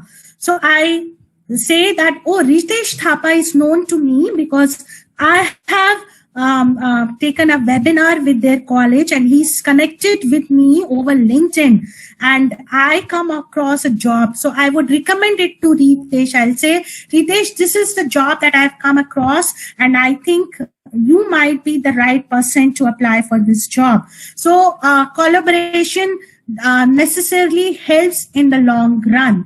So with this, I come towards the end. I think and the time is also ticking away. So I'll just quickly talk about the key takeaways, that what all we have discussed. We have talked in terms of the digital tools. We have talked in terms of the technology. We have talked about networking and collaborations, how we can build on our networking. And very, very important, the moment you create your profile on LinkedIn, copy and paste the link onto your resume. As I said, it reflects a professional attitude. I'll show you how I have done. You can do it in the similar way. And then soft skills. So very important that you express yourself. You have communication skills. You have expression of thoughts. You have the right deliverables with you. You know what to speak, how to speak, and when to speak. You know how to act, when to act, and what to act. So all these are the right deliverables that you should be aware about. And then you need to consider, when you're talking about such skills, you need to consider, what is my learning curve? Some people might be able to learn very fast. Some people maybe have a moderate pace and some might be slow learners. So don't worry about it. Define your own learning curve and learn at your own pace. There is no, no way to rush things, but yes, there is no alternative for procrastination. That is, if you're procrastinating, if you are hanging on to a work, if you are delaying, if you are lazy, then probably only God can save you. So time management, yes, you need to keep a tab on the time. Very, very important. Though it seems that we have enough of time, but the amount of things that we need to take care of, it's always less in terms of the magnitude of the task. And then also we need to take care of the resources. What resources do we have in terms of the financial resources, in terms of the, I might be very enthusiastic learner, but I have internet problem. Connectivity is an issue. So I need to take consideration of all these resources. So I'll quickly move on to the useful resources that I have mentioned. And I forget to mention there when I was talking about soft skills. So this is the name of the website. If you see the first website, I've listed learning.pcsin hub. Now, what is this website is about? This is Tata Consultancy website, and they're giving you a free certification on soft skills. They're going to talk about how to prepare your resume, how to go about, attend a video interview. So all these training is being given through this course. You can make a note of this course, enroll yourself, go through the course material, and they're going to give you a certification also. Certification is going to come from Tata Consultancy. Okay, so probably you can utilize this particular resource to upgrade this is only for soft skills in terms of communication, in terms of question handling skills, in terms of interview skills. And then I've listed other websites also, as I was mentioning. It was PwC's free digital fitness app. You can download it in your phone and it will tell you how apt you are, how adroit you are, how adept you are to match with the changing environment. And then lastly, I've given some of the reading suggestions. Whenever you have time, you can go through it. It's a wonderful book. I think some of you must have already read it. The 7 Habits of Highly Effective People. It is by Stephen Covey. And then APJ Abdul Kalam. You must be aware that he was one of the late president of India, and he has written a lot of books. And few of my favorites are Wings of Fire. It's very inspirational, and then it's an autobiography, how he was able to lead the country as a president from being a scientist, and what kept him motivated. And Turning Points, again, my recommendation for all the youth, how to overcome challenges, what to think, and how to think in a favorable situation. So all these things you can keep in mind, reading suggestive readings, and whenever you have free times. Most of them have digital e-copy available, but not of Abdul Kalam's books. But Brian Tracy and Stephen Covey, there's an e-version available and you can download it and read it in your free time. But I'm sure that they might be available on Kindle if you are subscribe to Amazon or Kindle, Amazon Kindle, then these books might be available for e-reads. Now, with this, I come to the end and I'll take on the questions. See, this is what I was talking about. If you see in my signature, I have put in my LinkedIn details. So the moment you click in, it will straight away take me to my LinkedIn profile. So all of you should create a LinkedIn profile, and probably I would wait for your request to with me on LinkedIn and use that platform for your career and your professional growth. So questions that you have that you would like me to answer before we wind up?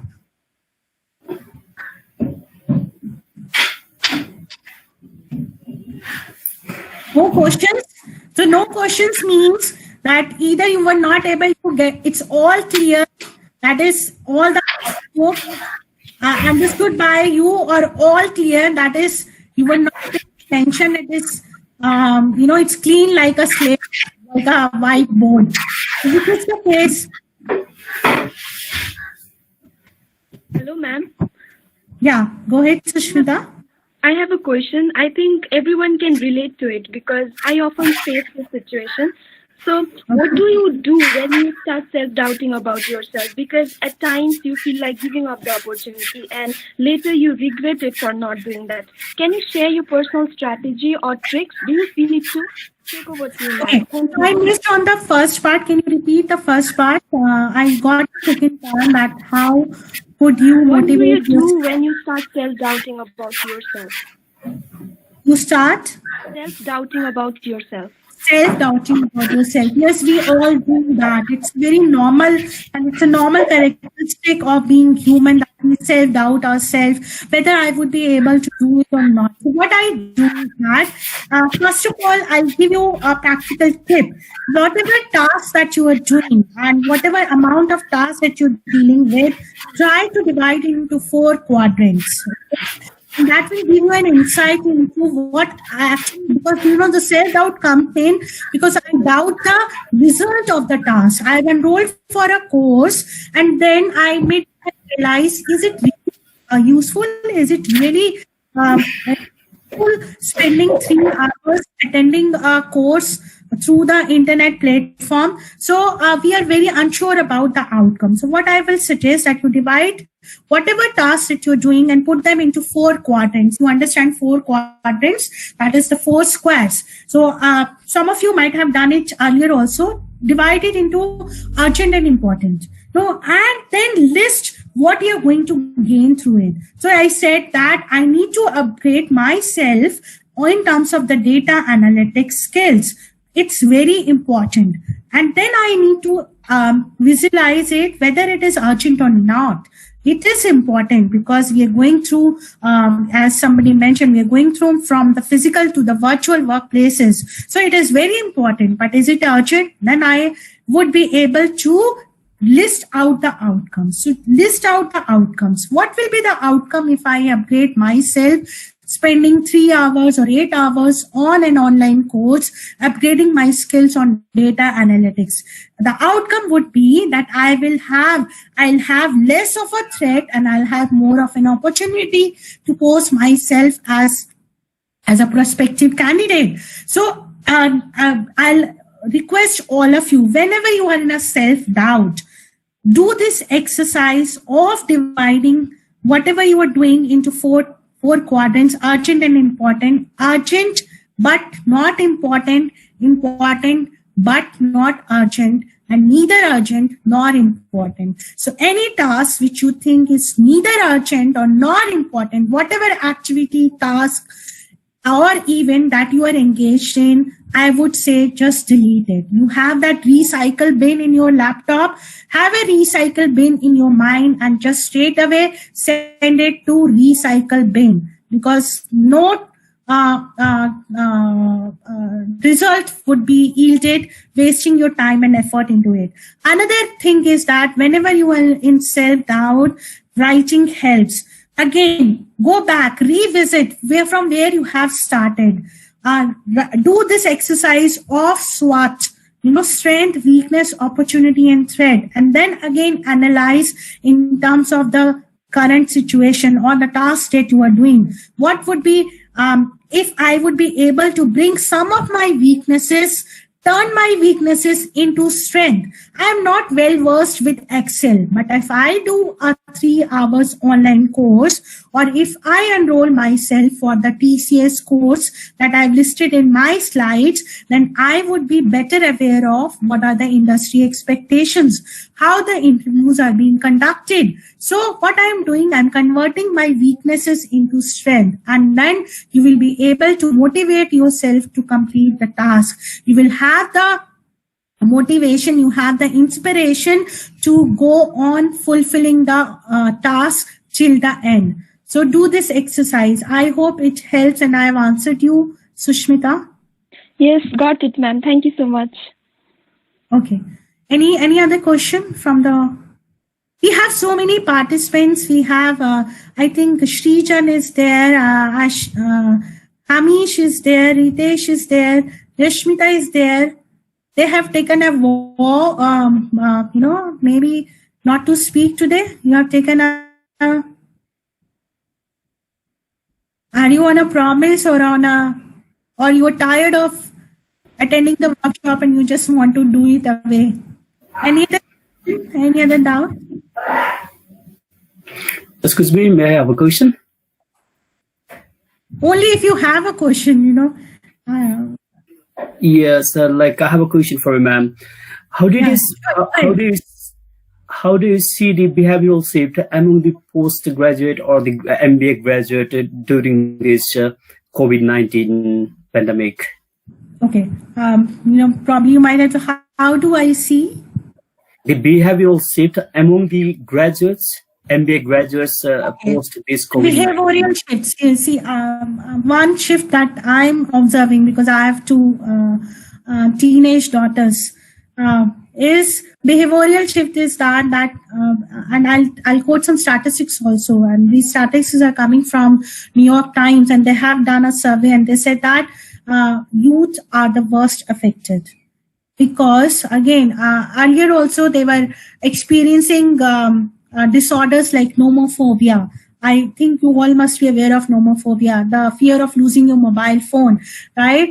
And with the onset of this social distancing and physical distancing, we are more and more relying on our electronic devices. We are already, we looked on for maybe 16 hours or up to 18 hours onto our electronic devices. We want to know what is happening around our world. We want to be connected, and it is taking a toll on our mental and our physical well-being. So I would request all of you to please take good care of your mental and your physical well-being. Getting hooked onto the devices, electronic devices, is important. Yes, maybe you are having your classes or you are enrolled for any of those courses, or maybe you are using it as a medium to interact with other students or your colleagues, but very, very crucial that you keep a tab on your physical and your mental well-being, because this is having a lot of negative consequences on the health. And our behavioral shift is that in terms of the youth, they are getting very, very restless, because again, a level of anxiety is there. Whenever we experience, we are aware of unknown of the future, which is there in this circumstances, we are unknown of the future. They have a lot of questions popping up. So I'll request all the faculty whoever are here involved in this webinar, and probably you can pass on the message to others also. This is the time to counsel. This is the time for mentoring. Take time to speak to your students. And even students also, mentors or faculty members are busy, but you can always, and the onus lies on you, because you are experiencing that level of anxiety, that level of fear of unknown. So the onus lies on you to interact, find out, what are the means, how we can overcome, how we can utilize our time wisely, how we can use our wisdom to gain or experience new skills, new knowledge. And this is the time not to be overwhelmed. This is the time to keep our emotional intelligence intact. Use it to our advantage. Each one of us has it. I cannot say that, probably you don't have it or I don't have it. Each one of us has it. We need to explore it and to utilize it to our advantage. So see, talk to your elders, maybe your parents, maybe your elder brothers, sisters, maybe your seniors, as that's why I mentioned, connect with your alumni. Very, very important. What are the changes that they're experiencing? What you can do about it? So all these things would help you cope up with the challenges. And also I'll request, as I have been doing it earlier also, keep a tab on the connectivity issue, how much time you are spending with electronic devices, and try to, I won't say it is, it is avoidable altogether, but try to minimize this and keep a tab or a report card, or maybe, whatever ways you can keep a record of how many hours I'm spending on Facebook, on Twitter, on WhatsApp or Instagram, whatever social media that you're using. monitor it. So you keep a goal for yourself, not more than 1 hour, not more than 2 hours. So like this. I hope I have answered it, Dr. Ashish. Thank you, ma'am. So any other questions that we have? I'm still waiting for the participants if they have any questions during this question answer session. First of all, I'm elated to be part of this webinar. Thank you, ma'am, and thank you, SOB, for this online session. So my question is, how do you assess your emotional intelligence? Is there a tool or scientific method so that you are able to discern your emotional quotient? Yes, very good question, and I was expecting this question, and I'm glad that you asked it, Ritesh. There are assessment tools by which you can gauge your level of emotional intelligence. So if you want, I can, but there's a difference between a tool and a quiz. So what I have is probably a form of a questionnaire which you can render, and it is most of the time when we talk about emotional intelligence assessment, it is based on self-assessment. So that is, as I said, that most of the surveys are perception based, or they are based on self-perception, how you perceive yourself in that particular situation. So how Ritesh perceives himself, and we have a lot of websites which I'm going to share with you the link, and probably you can assess your emotional intelligence quotient. It is known as EQ, emotional quotient. So you would be able to gauge your emotional quotient with the help of those questionnaires. But then there are certain validated tools also. So when I'm talking about organizations, so suppose Ritesh is going for applying for a position and I'm there as a recruiter or as an organization, then I take the help of those assessment tools. I don't go with the questionnaire. So there are certain assessment tools which are paid services, which is unfortunate. They are not available for free. I'll just type in the name of one of those. It is known as, it is given by Thomas International, and as I said, it is the paid service. It's known as Thomas International Emotional Coach. So probably you can use that, but as I said, it's a paid service, and it is being assessed by certified assessors. So only the certified people are authorized to assess others on emotional quotient using this particular tool. But the sources that I'm going to share with you, or the links that I'm going to share with you, that is available for free, but not very reliable, but you will get some basic idea as to what category or level of emotional intelligence do you fall into. So I hope I have answered you, Ritesh. It's very much accessible. It is very much measurable. It is very much, possible to evaluate emotional intelligence, and organizations are doing it. I hope answers. Yeah. Any other question?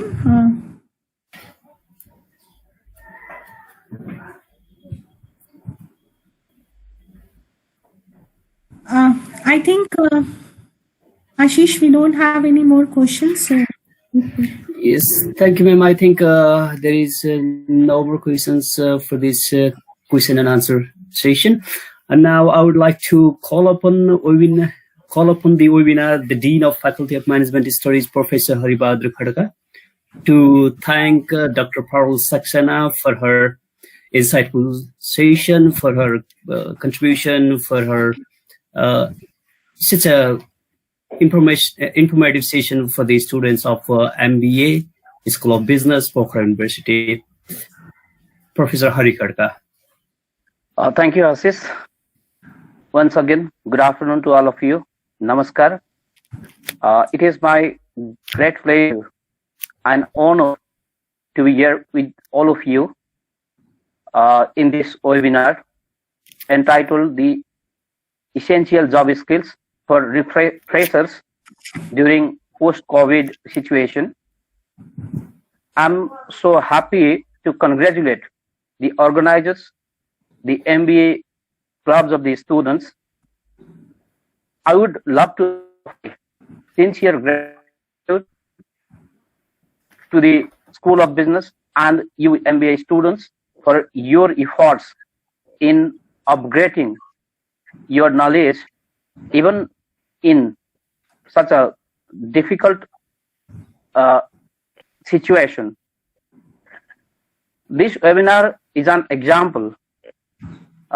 In my evaluation, this is an example of how the student of Pokhara University or one university can be benefited from the experts or the faculties from the other universities. I hope this kind of cooperation will be there between the Pokhara University student faculties and the students and faculties of the Sharda University in the days to come. I really appreciate the very active presentation of the today's resource person, and I found her very active during her presentation, and she is not only active, she maintained her whole session as an interactive session too, and she has focused on the very important aspects that are required for the freshers. She talked about the IT familiarity to be meant, that quality of the students to be, and she also talked about the adaptability, that feature that should be in the freshers in the changing situation. Similarly, I'm very much impressed from her presentation that she has taken several examples that are relevant in the Nepalese context, that are relevant in the Indian context, and that's quite useful to the students, which I hope. And similarly, she has covered the technical skills such as preparing the video resume. That is also new to the freshers, and I hope our students have learned a lot about that, and they will be preparing their video resume, and they will, test this instrument too. And she also has focused very much on the data analytics that is being popular in this situation, and she has given the reference of several websites that are useful and that can help freshers in their career building process. Similarly, the communication skills and the most importantly, the networking and collaborating, that part has also to be taken into account with high emphasis in current situation.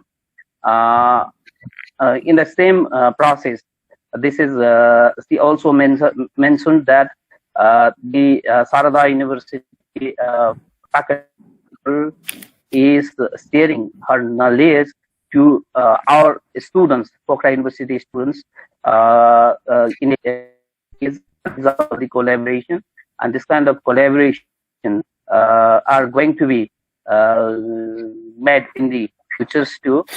We are very much hopeful and also interested to have this kind of collaboration between these two universities, and I would like to assure all that from my post, whatever is possible, will all the time trying to have this kind of relationship with the universities in India and other universities, so that our students, our faculty members can benefit from their expertise, and at the same time we are also ready to have similar kinds of the sessions from our faculty members, and in some situations our students can be that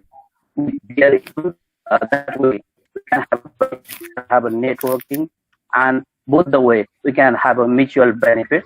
I would like to congratulate MBA students for your this initiative, and you have really made this webinar a success.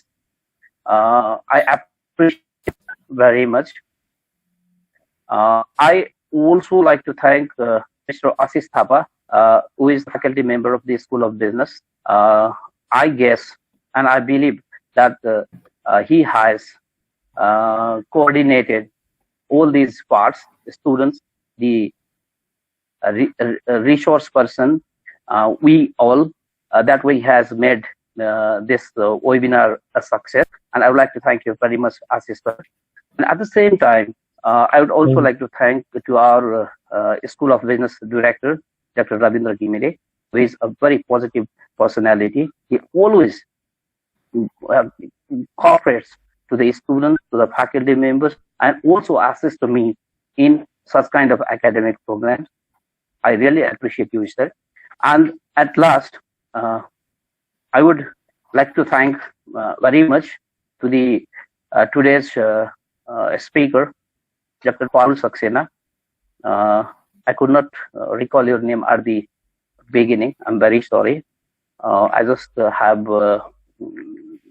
cited the some documents. I'm very much happy from I'm very much happy from your presentation. You have presented in detail, very systematic presentation. You have mentioned all the information step by step.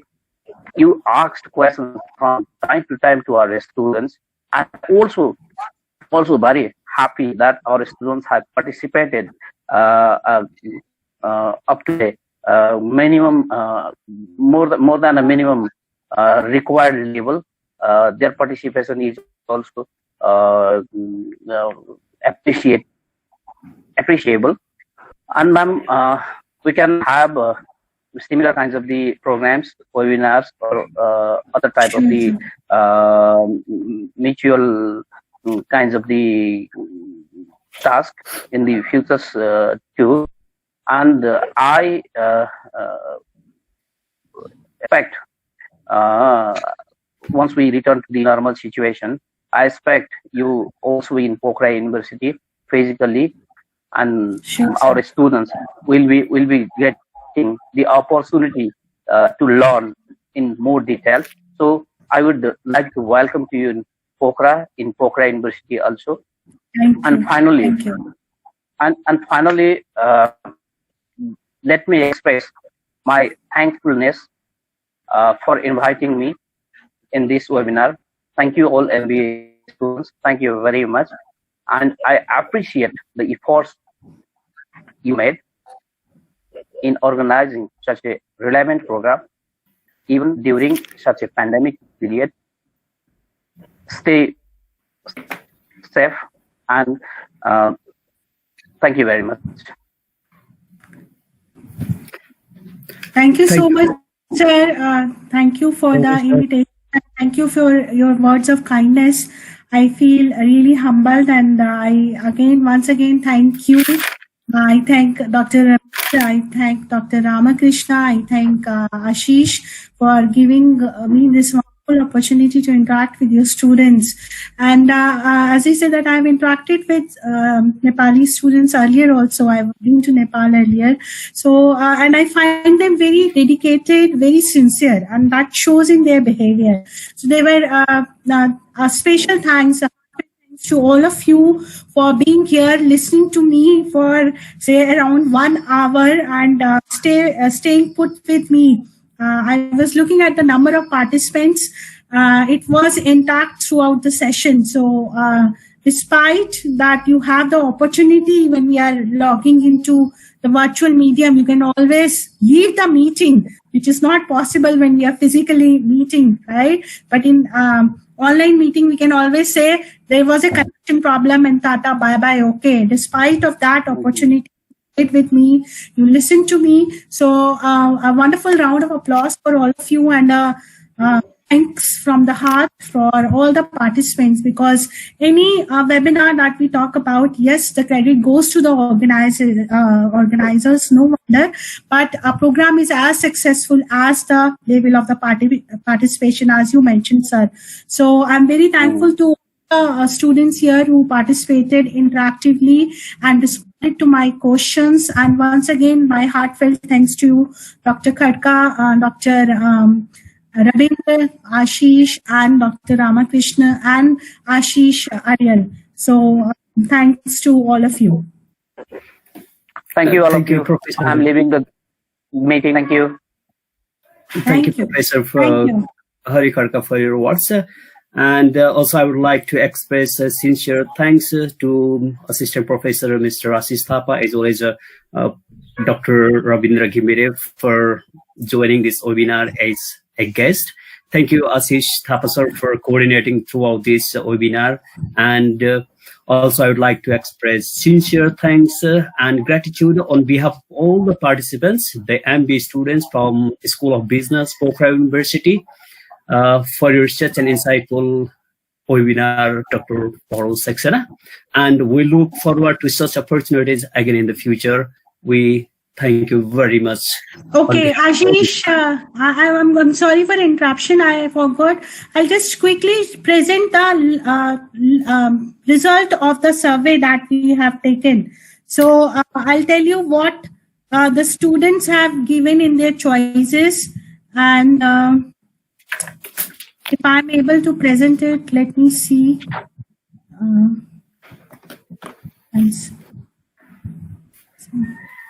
I wanted to, I have the results with me, the survey result, and I wanted to share it with you all, that what all you have come up with.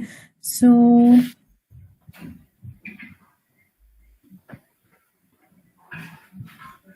are you able to see on your screen?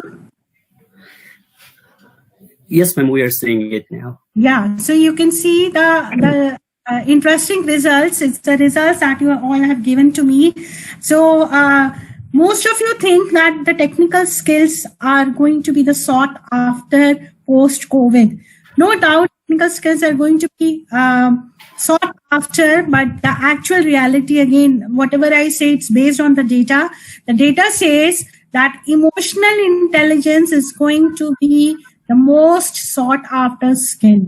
So, but I would like to thank you all for your participation, and I just wanted to reflect upon the result, that what we feel sometime and what actually, there's a difference between the reality and the perception. So our perception is technical skills are going to be the most sought after, or the number one, but the reality is, because we're looking, as I said, that most of the technical jobs will be taken care of by artificial intelligence. It is the power, it is the wisdom of the people to bear such circumstances, to cope up with such uncertainty that we look for as as organizations and as recruiters. So try honing your emotional intelligence skills for now. And as I said, I've given my LinkedIn ID. You can connect with me on LinkedIn, and then, or you can connect with me on my email ID which I've shared earlier, or you can connect with Ashish, and then Ashish can pass on your message. And probably we are going to have more such sessions down the line, particularly on emotional intelligence, if I may so, or interviewing skills, or on actually video resume building. So we can have more sessions. So with that note, I thank you. Thank you, ma'am. Ashish, sir. Okay. Is there anything else you want to tell to the participant, or shall I ask your permission to? Okay, I would like to thank you, Dr. Parul Saxena, for presenting this wonderful presentation. I think our students would be definitely fruitful about this from this academic, from this particular session. They should be knowing about this type of things. They should, I think they would definitely make a video resume definitely go for the sites that Dr. Parul Saxena has shared. This type of Udemy website, PCS free. These all are very useful. These all are very new things, and these are very useful to all of our students. I want to request all students just to go through these type of sites and just register for those type of online courses that she have requested. And it's not that she requested, it's that you will be getting benefited from this type of courses rather than sitting in the home alone and thinking different types of things, chatting with the friends. It's very good to go those type of courses and enhance your analytical skills, enhance your soft skills, enhance your emotional intelligence. That's the way that you can build, that's the way you can be the more professional from the student. The journey from student to professional takes a lots of time. To be a student, it's very easy. To be a professional, you must have to be step by step, you must have to develop it. Okay, I think all the students are very fruitful. All students will be very fruitful from this session. And that's much. Okay, thank you for coming in this session, Dr. Parul Saxena. And thank you, Ashish. I also wanted to thank you, MBA group, for organizing this type of wonderful program. I hope they would organize this type of wonderful programs in future as well. Thank you. Thank you. Thank you. So stay safe, stay indoors, and keep yourself healthy. Thank you, ma'am. Thank you, Ashish. So thank you, Ashish. Thank you for moderating the session. You were wonderful. And thank you, Ashish. Ashish Thapa, for organizing, for coordinating. Thanks.